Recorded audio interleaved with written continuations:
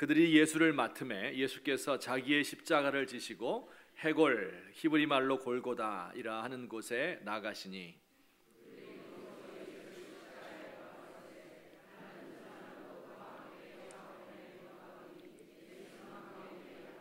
빌라도가 패를 써서 십자가 위에 붙이니 나사렛 예수 유대인의 왕이라 기록되었더라.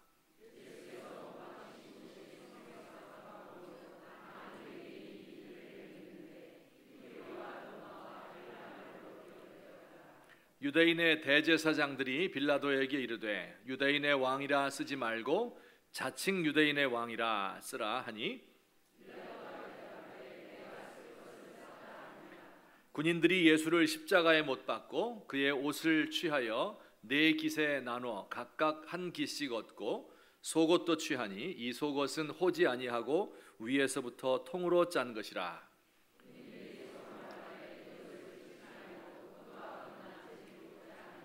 이는 성경에 그들이 내 옷을 나누고 내 옷을 제비뽑나이다 한 것을 응하게 하려 함이러라. 군인들은 이런 일을 하고 아멘. 지금부터 약 2500년 전쯤 그리스의 테베라는 큰 도시국가를 다스리던 왕의 이야기입니다. 그는 젊은 나이에 왕이 되었는데 지혜와 힘을 겸비한 사람이었어요. 그 선왕이 불의의 죽음을 당하고 나라가 혼란스러웠는데 마침 그 나라를 지나던 사람이었습니다. 그런데 그 괴롭히던 문제를 다 해결했고요. 백성들의 인기를 힘입어서 그는 선왕의 왕비와 결혼을 하고 왕위에 오르게 된 것입니다. 왕이 된 후에 그 도시 테베는 더 크게 번성했어요. 그런데 언젠가부터 그 도시에 전염병이 돌아서 수없이 많은 사람들이 죽고 온 나라가 마비되었어요. 그래서 이게 웬일인가, 그 원인이 무엇일까 고심을 하고 있었는데 왕비의 동생이 신의 계시를 받았다 이렇게 하며 왕에게 이야기했어요. 그 계시의 내용은 이렇습니다. 선왕이 억울하게 죽임을 당했기 때문에 그 선왕을 죽인 자를 찾아서 복수를 해야 전염병이 물러간다 하는 것이었어요. 그래서 왕은 그 범인을 찾기 위해서 전국을 수색하고 수사를 시작했습니다. 그런데 한참 있다가 어떤 눈먼 예언자가 등장을 하는데 그가 왕을 찾아와서 말했어요. 왕이시여, 그 범인을 수사하지 마십시오. 간청을 했습니다. 여러 번 이야기하니까 왕이 의심이 들었어요. 혹시 이자가 범인이 아닐까? 하고 예언자를 의심했어요. 이 눈먼 예언자가 왕비의 동생과 결탁을 해서 선왕을 죽인 것이 아닐까 이렇게 생각을 했죠. 그리고 이 예언자를 잡아다가 고문을 하고 가혹하게 신문을 하자 결국 이 예언자가 입을 열었습니다. 선왕을 죽인 살인자는 바로 왕 당신입니다. 이렇게 이야기를 했어요.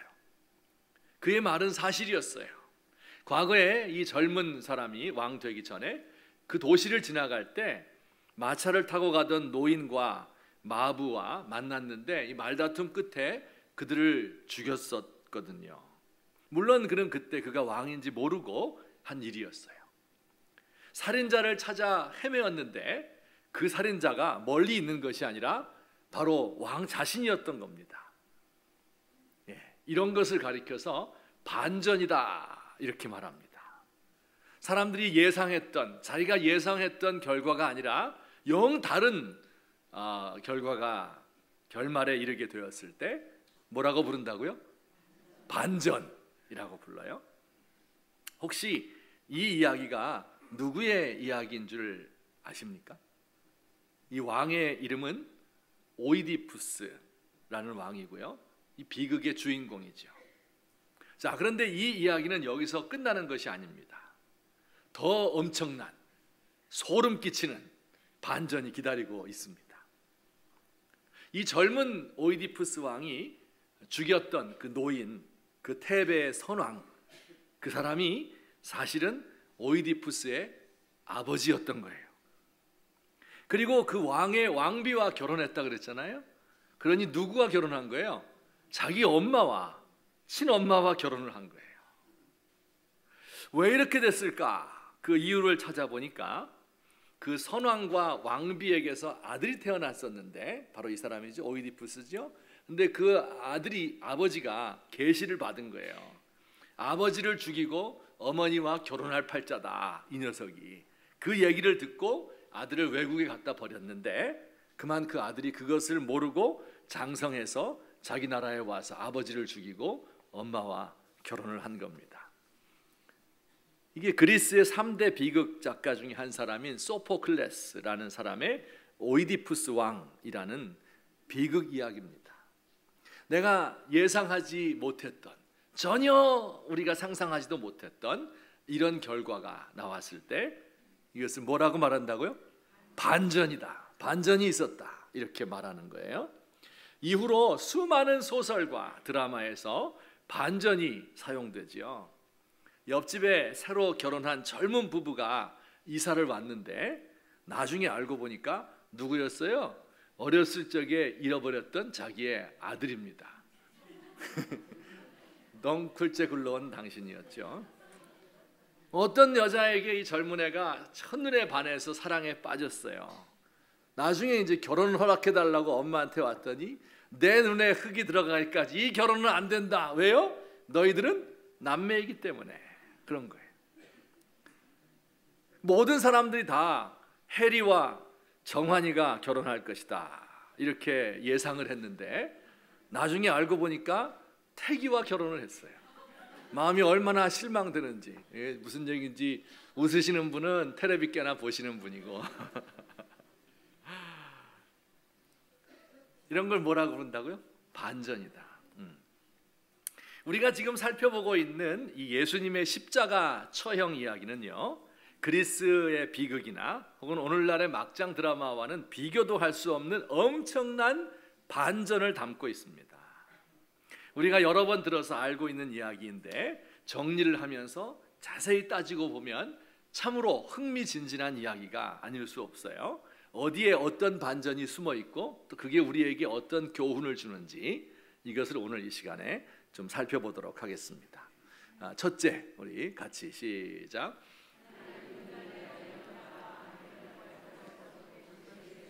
이런 반전을 오늘 성경이 보여주고 있어요. 하나님은 인간의 연약과 악행을 통해서도 당신의 뜻을 이루신다.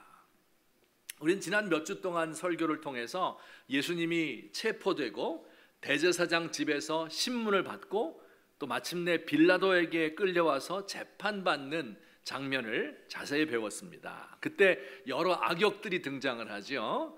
어떤 사람이 제일 악했어요? 대제사장 안나스와 가야바, 가장 악한 사람들입니다. 이들은 자기들의 기득권을 지키기 위해서 이 위대한 사명을 저버린 사람들이고요. 악한 의도를 가지고 어떻게든지 예수를 요 6월절 안에 빨리 잡아 죽여야 되겠다 이렇게 생각한 사람들이에요. 그래서 불의한 이 재판을 진행하고 빌라도를 반협박해서 십자가형을 언도하게 합니다. 빌라도는 어떤 사람이었죠? 예수님이 죄가 없다는 것을 알았으면서도 예수를 죽이지 않으면 당신은 가이사의 친구가 아니다. 어떻게 반란 일으킨 자를 놓아줄 수 있느냐 하는 말에 할 수 없이 굴복을 하고 말았죠. 이 드라마에 조연들도 나옵니다. 빌라도의 군병들, 이들도 악한들이에요.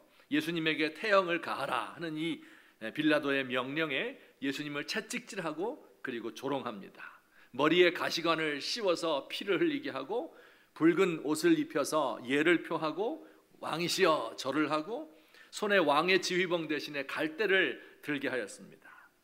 마침내 예수님에게 십자가를 지워서 골고다 언덕을 올라가게 하였고 십자가에 못 박아 죽였습니다. 이들이 예수님의 옷을 다 발가벗기고 못 박았을 거 아니에요? 근데 예수님이 입고 있던 옷이 두 종류였습니다. 겉옷과 속옷입니다. 그 당시에 유대인들은 다 그런 옷을 입었거든요. 겉옷은 굉장히 크고 넓고 두꺼워서 몸에 둘둘 감고 다니는 옷이에요. 값이 꽤 나가는 것이었어요. 그래서 이것을 4명 1조의 군인이 십자가에 못 박았는데 이것을 4등분해서 하나씩 나누어 가졌습니다. 예수님이 입고 있던 속옷은 원피스였기 때문에 이걸 나누면 가치가 너무 떨어져서 나누지 않고 제비를 뽑아서 한 사람이 가져갔습니다. 자, 이제 드디어 골고다 언덕 위에 십자가가 섰습니다. 십자가 위에 죄의 패를 붙였어요. 그 죄의 패에 뭐라고 쓰여 있었는가 하면 이렇게 19장 19절 말씀, 이걸 외워야 되겠죠. 나사렛 예수 유대인의 왕, 이렇게 쓰여져 있었어요. 무슨 뜻일까요? 나사렛 동네 출신인 예수라는 사람인데 그는 유대인의 왕이다, 이런 뜻으로 예수님의 죄패를 붙인 겁니다. 그 죄패가 이렇게 생겼어요. 우리 그림 한번 보여주시기 바랍니다. 이 세 나라 말로 쓰여졌어요. 이것은 히브리 말, 이스라엘 사람들이 쓰던 히브리 말이었고요. 두 번째 줄은 똑같은 뜻이에요. 나사렛 예수 유대인의 왕, 그런 뜻이고, 두 번째 줄은 헬라 말로 쓰여져 있는데 나사렛 예수 유대인의 왕, 이렇게 쓰여져 있어요. 세 번째 줄에는 라틴어, 로마 사람들이 쓰던 말인데요, 나사렛 예수 유대인의 왕, 똑같은 것을 세 나라 말로 써서 붙였습니다. 자, 여기까지. 우리 머릿속으로 한번 그림을 그리며 들어보세요. 예수님이 높은 언덕 위에 십자가를 세우고 그 위에 달려 계십니다. 그 예수님 머리 위에는 명패가 붙어 있죠. 그 명패에 뭐라고 써 있어요? 나사렛 예수 유대인의 왕이라고 쓰여져 있어요. 그것도 세 나라 말로 예수님이 왕이다 하는 것으로 쓰여져 있어요. 지금까지도 이 라틴어, 로마의 언어는 정치와 권력자들의 언어이고, 그 당시에 문화를 대표하는 언어가 헬라어, 그리스어였고요. 종교를 대표하는 것이 히브리어였거든요. 그러니까 정치와 문화와 종교의 모든 영역에서 예수님은 왕이다 하는 것을 만방에 알리기 위한 하나님의 장치였던 거예요. 자, 이 패의 죄패에 대하여 대제사장들은 불평을 했어요. 우리 20절과 21절에 우리 읽어보겠습니다. 시작. 유대인의 대제사장들이 쓰지 말고 자칭 유대인의 왕이라 쓰라 하니 빌라도가 대답하되 내가 쓸 것을 썼다 하니라. 대제사장들은 유대인의 왕이라 쓰지 말고 자칭 유대인의 왕이라고 써야 된다. 진짜 유대인의 왕 아니고 자기가 그렇게 하는 거니까 이렇게 이름을 고쳐줄 것을, 죄명을 고쳐줄 것을 이야기했어요. 근데 빌라도는 그 말을 듣지 않고 유대인의 왕이라고 그냥 썼습니다. 제가 바로 이 부분을 읽다가 소름이 쫙 끼쳤어요. 이게 엄청난 반전이 숨어 있는 거예요. 우리 한번 보세요. 우리 지난 2, 3주 동안 설교 드렸지만 대제사장과 빌라도 이 두 사람은 악한들이었잖아요. 근데 멀리서 보면 이들이 결탁을 해서 예수님 죽였구나 이렇게 생각하기 쉬운데 가까이 들여다보니까 어땠어요? 이 대제사장들과 빌라도 사이에 세력 다툼이 있었죠. 그들 가운데 알력이 있었죠. 대제사장들은 빌라도를요 멸시했어요. 이거 이방인이다 해서 그 집에 들어가지도 않았습니다. 그런데 빌라도는 반대로 대제사장들을 보니까 이들이 못된 사람들이다 하는 것을 잘 알았던 거예요.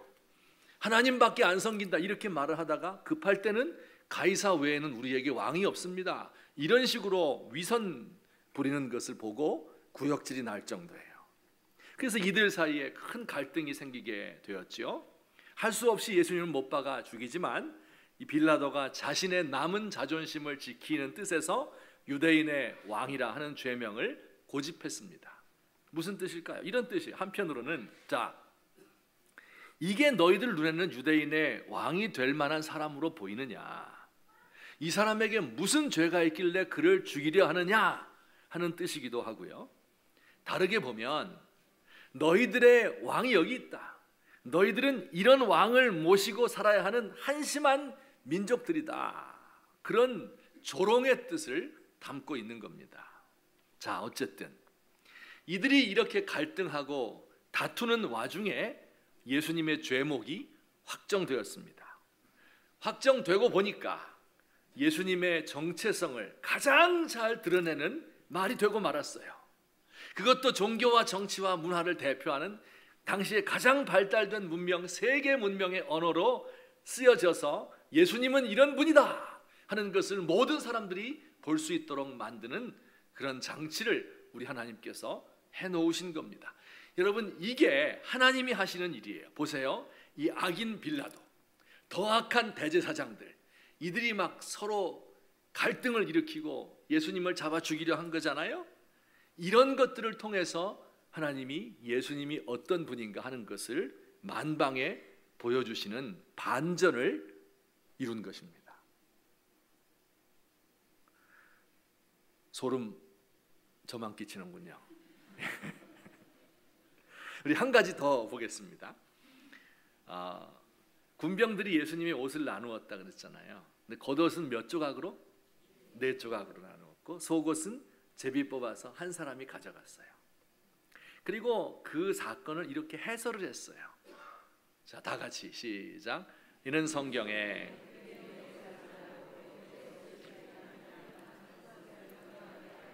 성경에 그들이 내 옷을 나누고 내 옷을 제비 뽑나이다 한 것을 응하게 하려 함이로다. 여기 성경이라고 되어 있죠. 성경. 그 성경은 어떤 성경인가 하면 시편 22편이에요. 이것은 예수님 십자가에 못 박히기 1000년 전에 쓰여진 시입니다. 그 시 가운데 앞으로 이런 일이 메시아에게 일어날 것이다 라고 예언이 되어 있는데 이렇게 되어 있대요. 그들이 내 옷을 나누고 내 옷을 제비 뽑나이다. 1000년 전에 쓰여진 글인데 실제 예수님의 십자가에서 어떻게 나타나고 있어요? 예수님의 옷을 제비 뽑고 예수님의 옷을 나누었습니다. 이렇게 이루어진 거예요. 자, 여기 보세요. 이 군인들이 예수님의 옷을 나누는데 1000년 전에 쓰여진 그 예언을 알고 내가 그대로 해야 되겠다, 이렇게 해서 옷을 나누고 제비 뽑았을까요? 그렇지 않습니다. 군인들 나쁜 사람들이에요. 악의 도구예요. 포악한 사람, 손에 피를 묻히는 사람, 살기가 등등하고 눈에 핏발이 선 망나니들이에요. 내면 세계는 다 파괴되고 악만 남은 사람들, 이제 이거라도 건져가서 저녁 때거리 해먹고 술이라도 마셔야 되겠다 하며 예수님의 옷을 제비 뽑고 나누어 가진 사람들이에요. 이 사람들이 구약 성경을 알 리도 없고, 로마 사람들이요. 그리고 예수님 이 예언을 내가 이루어 드려야 되겠다 하고 그 옷을 나눈 것도 아닙니다. 그런데 이들이 자기의 모든 욕심을 따라서 악행을 행하고 보니까 1000년 전에 예언했던 그 시편이 글자 그대로 그들이 내 옷을 나누고 내 옷을 제비 뽑습니다 한 것이 이루어졌다는 거예요. 여러분, 하나님께서 이들의 이런 악한 행동을 사용하셔서 당신의 뜻을 이루는 겁니다. 이것이 성경에서 말씀하는 반전이고 하나님이 일하는 방법이에요. 하나님은 선한 사람을 통해서 일하기를 기뻐하지만 악한 사람들의 악한 생각을 바꾸어서 선한 결과를 낳게도 하십니다. 이들이 악한 계획을 세웠는데 이것을 반전시켜서 이미 예언한 그 일이 이루어지도록 하십니다. 이들은 하나님이 보낸 메시아를 거역하는 악한 행동을 하였지만 하나님은 당신의 의도를 분명히 보여주셨습니다. 이 세상에서 일어나고 있는 모든 일들이 때로 우리는 생각해요. 사람이 결정하는 것이구나, 사람의 손에 의하여 이루어지는 것이구나, 이렇게 생각하지만 오늘 말씀에 따르면 이 모든 일은 하나님의 계획 하에 있는 것입니다. 이와 같은 하나님의 반전 이야기를 믿는 사람들은 절대로 비관주의자가 될 수 없어요. 다시 한번 말씀드립니다. 하나님께서 당신의 손으로 역사를 이끌고 가고 계신다 하는 것을 믿는 사람들은요, 비관주의자가 될 수 없어요. 결코 절망하지 않습니다. 어떤 어려운 상황을 만나도 낙담하지 않습니다. 여러분, 인생에 실패하고 다른 사람들로부터 비난과 오해를 받고 있습니까? 시험에 낙방하고 연애에 실패하고 관계가 깨지고 직장에서 악한 상사들 때문에 불이익을 당하고 연봉이 깎이고 한직으로 밀려났습니까? 더 이상 사회생활을 할 용기가 없고 앞뒤가 꽉 막혀서 사면초가 나아갈 길이 없습니까? 이때 우리가 믿어야 될 사실이 하나님께서 세상을 운행하고 계시고 사람들은 자기의 악한 꾀를 다 내어서 하나님의 뜻을 방해하려고 하지만 결국은 하나님께서 그 모든 것을 통해서 당신의 선하신 뜻을 이루신다 하는 사실을 성경이 증거하고 있습니다. 여러분, 이 세상에서 억울한 일을 만났습니까? 예수님도 억울한 일을 당하셨어요. 때가 되면 하나님께서 우리를 높이실 것이고 때가 되면 왜 그때 그런 일이 꼭 필요했는지를 우리에게 알려주게 될 것입니다. 이 세상의 모든 일들이 유한한 인간의 지혜와 권세자들의 결정에 달려 있다면 우린 불안해서 살 수가 없어요. 하지만 우리가 꼭 믿어야 될 사실, 이 세상은 하나님의 손에 달려 있습니다. 유한하고 악한 권세자들의 결정이, 그들은 자기의 욕심을 이루기 위해서 그 결정을 했지만 하나님께서는 그것을 바꾸어서 선하신 뜻을 이루는데 사용하신다 하는 것을 기억해야 합니다. 악의 세력이 강하면 강할수록 이 믿음을 가진 사람은 기대를 더 크게 갖습니다. 악인이 득세하고 소인과 간신배와 정상배의 세도가 강해지고 법과 관습을 무시하고 다른 사람 양심을 짓밟고 억압하고 눈에서 피눈물 나게 만드는 일이 벌어지고 있습니까? 악이 무너질 때가 다가오고 있구나. 죽기 전에 최후의 발악을 하는 것이구나. 이제 곧 하나님께서 떨치고 일어나셔서 당신의 계획을 이루실 것이구나. 이것을 기대하고 기도하며 기다리는 성도가 되는 것입니다. 우리 하나님께서는 나에게 감당할 시험만 허락하십니다. 그러니 그 하나님을 의지하고 악에게 넘어지지 않고 유혹받지 않고 하나님을 의지하며 서시는 저와 여러분 되셨으면 좋겠습니다. 얼마 남지 않은 이 반전의 때, 보복의 때, 축복의 때를 기다리시며 우리 주님께서 약속하신 것을 믿으며 이와 같은 악인들의 행동을 통하여서도 하나님이 당신의 뜻을 이루신다 하는 것을 믿으시는 저와 여러분 되기를 예수님의 이름으로 축원합니다. 이 믿음을 가진 사람은 절대 비관주의자가 될 수 없다 하는 사실을 기억하십시오. 두 번째, 우리 한번 또 살펴봅시다. 시작. 하나님의 반전은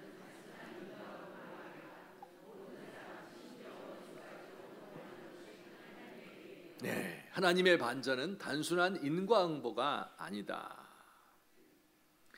인과응보 사상은요, 세상의 많은 종교와 철학이 가르치고 있는 거예요. 이 그리스 비극에도 인과응보 계속 나오거든요. 그런데 이제 그리스 사람들은 그걸 어떻게 설명했냐면, 이건 운명의 여신이 정해놓고 이렇게 하는 거다, 이렇게 설명을 했어요. 또 유교 사상에서는 콩 심은 데 콩 나고 팥 심은 데 팥 나는 것처럼 이 하늘이 그런 식으로 움직이는 걸 거다 생각했고요. 또 도가 철학, 노장 사상 사람들은요, 세옹지마다, 인간 만사 세옹지마, 좀 지나면 선한 일 있다, 좀 지나면 나쁜 일 생겼다, 이렇게 되니까 너무 마음 쓰지 말아라, 이렇게 가르쳤고요. 불교에서는 사필귀정, 결국 올바른 길로 가게 될 거다. 이생망이라는 말이 있죠. 이번 생은 망했다, 다음 생을 기다리자, 그런 뜻이에요.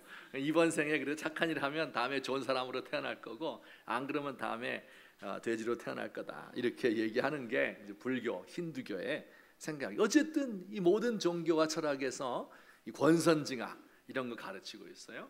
종교 아니라도 세상 사람들도 그런 거 많아. 영화 봐도 우리나라 옛날에 이몽룡이 과거에 급제하고 변학도와 탐관오리들 봉고파직하고 고난 속에도 절개를 지킨 춘향이와 결혼하는 이 해피엔딩 권선징악 나오잖아요. 어떤 폭력 영화도 다 권선징악이에요. 브루스 윌리스가 갑자기 총 들고 나와서 마약 거래자들, 테러리스트, 이슬람 무장 세력 다 멸망시켜 버리잖아요. 그러면 이게 그냥 세상 사람들도 그렇게 믿고 싶은 거예요. 그렇게 믿고 있어요. 그런데 이 예수님이 이루신 이 십자가의 반전, 이 드라마의 결말, 이것은 이 세상의 것과 완전히 다릅니다. 결말이 완전히 달라요. 진짜 우리가 생각하지 못했던 거예요. 어떤 건지 우리 한번 생각해 봅시다. 우선 그 성경 제가 한 구절 우리 읽어봅시다. 이사야서 시작. 말일에 여호와의 전에 산이 모든 산 꼭대기 위에 설 것이요 모든 작은 산 위에 많은 백성이 가며 이르기를 오라 우리가 여호와의 산에 오르며 야곱의 하나님의 전에 이르자 라고 누가 얘기했어요? 여기 보니까 이사야라고 하는 사람이 이런 얘기를 남겼어요. 근데 이 이사야는 어떤 분인가 하면 예수님 십자가 이때부터 700년 전 사람이에요. 아시겠죠? 아까 내 옷을 제비 뽑나이다 이것은 몇 년 전이요? 1000년 전이고요. 이건 700년 전 사람이에요. 이렇게 말했어요. 말이래 여호와의 전에 산, 이것은 예루살렘을 가리키는 거예요. 그 산이 높게 될 것이다. 작은 산 위에 뛰어나게 되는데 만방이 그리로 모여들고 많은 백성이 가며 이르기를 오라 우리가 여호와의 산에 오르자 이렇게 노래하면서 많은 백성들이 갈 것이다. 이렇게 이야기를 하고 예언을 했습니다. 여러분 여기 만방 혹은 많은 백성 이 말은 이스라엘 사람들만을 가리키는 것이 아니고 이스라엘을 압제했던 원수들, 이집트 사람들, 아수르 사람들, 바벨론 사람들, 온 세상 사람들이 다 그리로 몰려갈 것이다. 왜냐하면 그 산이 높게 설 것이기 때문에 이렇게 예언을 했어요. 700년 전에 이사야를 통해서. 자, 오늘 이 예언이 어떻게 이루어지나 보십시다. 예수님이 예루살렘 위에 제일 높은 곳에 올라가셨습니다. 거기 십자가를 매달으니까 더 높아지셨습니다. 머리에 관을 쓰셨어요. 그리고 그 위에 명패를 붙였는데 뭐라고 써 있다고요? 나사렛 예수 유대인의 왕 이렇게 써 있어요. 모든 사람들이 이것을 다 보고 그리로 몰려가게 될 것을 예고하는 그런 그림입니다. 하나님의 성전을 대신하는 예수님의 몸입니다. 그 예수님으로부터 구원이 흘러나오고 그 예수님으로부터 가르침을 받게 될 것입니다. 열국의 정의와 평화가 넘쳐나게 될 것이다. 이것이 이 십자가를 통해서 700년 전의 사건이 이루어지는데 과연 이 말씀이 그대로 성취되었습니다. 예수님이 이렇게 십자가에 못 박히고 왕으로 서니까 우리 생각에 하나님의 반전이 곧 있겠구나. 어떻게 해요? 부활하셔서 이들을 다 쓸어버리고 너희 이제 큰일 났다. 다 죽었어 하면서 이걸 다 쓸어버릴 것으로 생각합니까? 그게 이 드라마의 결말일까요? 그렇지 않습니다. 예수님은요 그를 십자가에 못 박은 사람들을 쓸어버리고 멸망시킨 것이 아니라 그들을 용서해 주시고 그들에게 성령을 부어주시고 회개의 영을 주셔서 예수님을 믿도록 했고 결국 예수님을 못 박은 사람들을 예루살렘 초대교회의 최초의 성도로 만들었어요. 이게 예수님의 원수 갚는 방법이고 하나님의 반전입니다. 원수를 멸망시키는 것이 아니라 권선징악으로 끝나는 것이 아니라 그들을 감복시켜서 예수님 믿게 하는 거예요. 그들을 구원하고 과거에 자신들이 지었던 죄 예수님을 십자가에 못 박은 것을 후회하고 미워하게 만드는 거예요. 악한 사람들을 대적하고 쓸어버리는 것이 아니라 악의 근원 자체를 사랑으로 덮어버리는 것이 예수님의 반전입니다. 성경에 나오는 하나님의 반전 드라마는 항상 끝이 이래요. 신약 성경의 예수님의 십자가를 가장 잘 보여주고 있는 것이 구약 성경의 요셉이라는 사람의 스토리입니다. 그 이야기를 여러분이 아시죠? 17세 어린 나이에 형들에게 팔려서 외국에 노예로 팔려간 겁니다. 거기서 10년 동안 죽을 고생을 했어요. 그래서 이제 살만한가 보다 하니까 어떤 여인의 모함을 받아서 잘생긴 요셉 보고 나와 함께 잠자자 이렇게 하다가 거절당하니까 그만 앙심을 품고 그를 모함해서 감옥에 집어넣은 거죠. 야, 참 이 여자들 정말 무서워요. 그럴 때 보면. 어쨌든 그래서 영문도 모른 채 2년의 세월을 허비해야 됐습니다. 감옥 속에서. 그리고 이런 우여곡절 끝에 드디어 하나님의 반전이 일어납니다. 자신을 팔았던 형들이 자기에게 찾아와서 절하면서 구걸합니다. 그는 그 나라의 2인자가 되어서 모든 국정을 다 돌보고 있는 거예요. 그때 요셉이 어떻게 했을까요? 역시 하나님은 정의의 하나님이셔. 내가 이렇게 오랫동안 약한 인간들 때문에 고생을 하니까 고진감래 복을 주셨구나. 이 나쁜 형들아, 정의의 칼을 받아라. 너희들의 죄를 너희가 알렸다. 이렇게 했죠? 아멘? 여러분 듣고 있나? 조나 한번 본 거예요? 그렇게 하지 않았어요? 자기 죽을까 봐 두려워하던 이 형들에게 이렇게 말했습니다. 이 놀라운 신앙 고백이에요. 한번 읽어봅시다. 창세기 50장 20절 다 같이 시작. 당신들은 나를 해하려 하였으나 하나님은 그것을 선으로 바꾸사 오늘과 같이 많은 백성의 생명을 구원하게 하시려 하셨나니. 잘 보세요. 당신들은 나를 해하려 하였으나, 이 당신들이 누구죠? 형들이죠. 형들이 좋은 마음으로, 야, 너 이제 좀 있으면 13년 후에 고생 많이 하고 그리고 그 애굽의 총리가 될 거야. 이렇게 하면서 그를 팔았나요? 아니에요. 형들 악한 인간들이에요. 동생이 죽도록 미웠던 거예요. 그래서 그를 죽이려 하다가 팔아넘긴 겁니다. 구덩이에서 살려달라고 한 번만 봐달라고 하는데 양 잡아서 먹고 있던 이런 못된 형들이에요. 해하려고 한 겁니다. 그런데 하나님이 그것을 선으로 바꾸사, 이걸 뭐라고 부른다고요? 반전 드라마. 오늘과 같이 어떻게 했어요? 많은 백성의 생명을 구원하게 하려 하셨습니다. 이것이 결말이라니까요. 형들에게 원수를 갚으라고 하셨습니다. 그게 아니에요. 형들과 그의 가족 70명을 살리고 그들의 후손들을 먹여 살리고 이 7년 대흉년 내에 다 죽을 수밖에 없는 이 이집트 사람들을 구원하게 하시려고, 많은 백성들을 구원하게 하시려고 나를 보낸 것입니다. 이렇게 고백했어요. 이와 같은 하나님의 구원을 아는 사람, 하나님이 이런 식으로 일하시는구나 하는 것을 아는 사람들은 결코 원망하거나 다른 사람을 탓하지 않습니다. 하나님, 왜 나를 이런 집구석에 태어나게 하셨어요? 우리 아빠는 알코올 중독자고, 엄마는 무능하고, 동생들 하나같이 멍청하고, 빚보증 섰다가 다 날려보내고 뭐 되는 것도 없는 이런 가정에서 날 태어나게 하셨어요. 하나님, 나 남편 왜 이렇게 만나게 하셨어요? 쥐꼬리만큼 벌어오면서 맨날 큰 소리치고 생일날, 결혼기념일날 꽃 한 송이 안 사주고, 우리 가정 말하는 거 아니라고 제가. 근데요, 하나님의 이런 방법, 일하시는 이런 방법을 아는 사람들은요 그렇게 말하지 않아요. 이걸 받아들이는 거예요.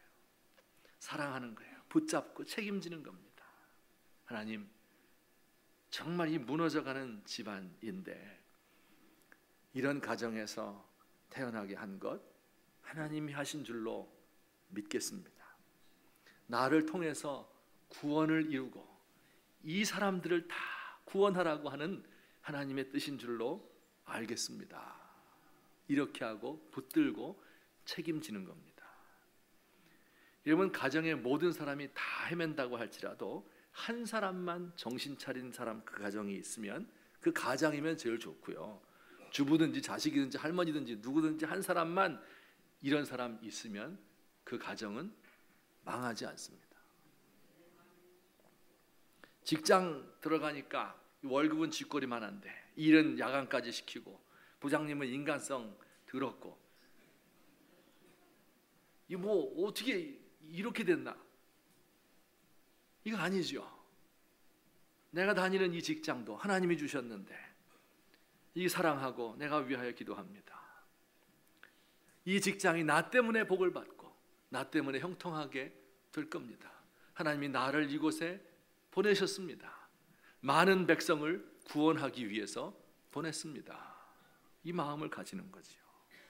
우리 나라와 민족을 바라보면서 왜 정치인들은 매일 싸우고 권력 남용하고 무능하고 무책임하고 이래서 온 백성들이 도탄에 빠져 있고 양극화되어 있고 비정규직 청년 실업 문제, 고령화의 저출산에 왜 교육은 이렇게 됐고, 왜 문화는 이런 식으로 타락했고, 북한에서는 왜 이렇게 핵을 만들고 있고, 통일은 어느 천년이나 될 것인가 하며 이민을 갈까? 왜 나에게 이런 나라를 주셨을까? 그러나 하나님의 일하시는 방식을 아는 사람들은요, 하나님 이렇게 할 일 많은 나라에 태어나게 하신 것 감사합니다. 사랑하는 마음을 가지고, 그리고 많은 사람을 구원하는데 나를 도구로 사용해 주십시오. 이렇게 말하는 겁니다. 교회를 생각하면서 왜 이렇게 말도 많고 되는 것도 없고 나뉘어져 있고 사랑이 없는 교회에 나를 보내셨나요? 이거 그만 다녀야 되겠습니다. 이렇게 생각합니까? 왜 이렇게 내리막길을 걷는 시대에 내가 태어나게 하셨나요? 하나님의 역사, 그 영광을 보지도 못하고, 하나님의 말씀은 가려져 있고, 하나님의 종들은 무너지고, 미래는 어둡습니다. 이렇게 하며 원망하십니까? 여러분, 하나님의 일하는 방법을 아는 사람들은 감사하는 거예요. 이런 교회에 보내주셔서 감사합니다. 이렇게 찢어지고 피투성이 되고 어려운 조국 교회를 생각하며 보듬어 안고 눈물로 기도하며, 하나님께서 언젠가 당신의 선한 백성들의 손을 통하여서, 혹은 악한 사람들의 악한 계획을 통해서라도 하나님의 뜻이 이 땅 위에 이루어지고, 그리고 그 반전 드라마의 결말은 많은 백성들이 구원에 이르게 되는 것이다 하는 것을 믿게 될 때, 우리가 그 하나님의 일에 동참하게 되는 것입니다. 우리 사랑하는 귀한 성도님들, 우리 하나님의 드라마에는 반전이 있어요. 여러분의 인생도 역전이 있을 겁니다. 지금까지 나를 이렇게 고난 속에서 연단시키셨지만, 그것은 앞으로 하나님께서 많은 백성들을 구원하기 위하여 계획하신 그 계획의 일부일 뿐입니다. 이 하나님을 의지하시고 절대로 비관주의자가 되지 마시고, 힘든 역경과 고난 가운데서도 하나님의 살아계심과 이 세상을 운행하고 계심을, 그 계획과 그 성실하심을 믿으시며 주 앞에 우뚝 서시는 저와 여러분 되시기를 예수님의 이름으로 축원합니다. 아멘. 우리 같이 한번 기도드리겠습니다. 우리 이 시간에 들은 말씀을 생각하면서 하나님 앞에 기도했으면 좋겠습니다. 하나님, 주님께서 나를 이 땅에 태어나게 하셨는데, 나에게 이렇게 힘든 일도 주셨는데 왜 이렇게 하셨습니까? 하나님, 주의 뜻이 무엇인지 분별하게 나를 도와주십시오. 비관주의자가 되어서 낙심하고 절망하고 원망하고 사는 것이 아니라 하나님의 일하시는 모습을 기대하며 소망 가운데 살도록 나를 도와주십시오. 우리 같이 한 목소리로 기도하겠습니다.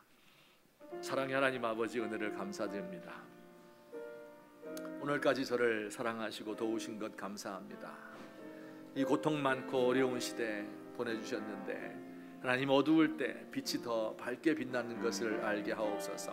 하나님, 제가 비관주의에 빠져서 낙심하고 우울하게 어둡게 살아가지 않도록 하나님 도우시고, 하나님 이 고통 속에서도 늘 기쁜 마음을 가지고 우리 하나님을 찬양하며 살아갈 수 있는 하나님의 사람 되도록, 우리 하나님의 반전 드라마를 믿으며 그 때를 기다리며 기도하는 하나님의 사람 될 수 있도록 우리 주님 도와주시옵소서. 우리 하나님께서 선한 사람뿐만 아니라 악한 사람의 악한 의도를 통하여서도 주의 뜻을 선하게 이루시는 것을 믿게 하옵시고, 또 그 드라마의 결말은 항상 많은 사람을 구원하는 데 있다는 것을 알게 하옵시고, 하나님 나를 그 도구로 사용하여 주시옵기를 간절히 소망합니다. 아버지께서 우리 교회를 붙드시고 성도들 가운데 함께 하시며 믿음을 더해 주시옵시고, 하나님 낙심 절망 가운데 살지 않도록 하나님 나를 도와주시옵소서. 우리 교회를 붙들어 주시옵소서. 사랑의 하나님 아버지, 고맙습니다. 우리 하나님께서 악한 빌라도와 대제사장들을 통하여서 우리 예수님께서 유대인의 왕이며 열국의 왕이신 것을 만천하에 드러나게 하시는 반전의 하나님이신 것을 배울 수 있도록 하셨으니 감사합니다. 그 끝은 단순한 복수극이 아니요 모든 백성들을 사랑하고 구원에 이르게 하는 하나님의 놀라운 뜻이 있는 것을 알게 하셨으니 감사합니다. 이 하나님의 일하시는 방식을 알고 믿을 수 있는 하나님의 백성들 되게 하옵시고, 그래서 비관주의자가 되고 낙심과 절망과 우울에 빠져 있는 것이 아니고 악이 성할수록 우리 하나님의 진리가 더욱 빛나는 것을 믿으며 그 일에 쓰임받는 하나님의 종들 되도록 주여 인도하여 주옵소서. 예수님의 이름으로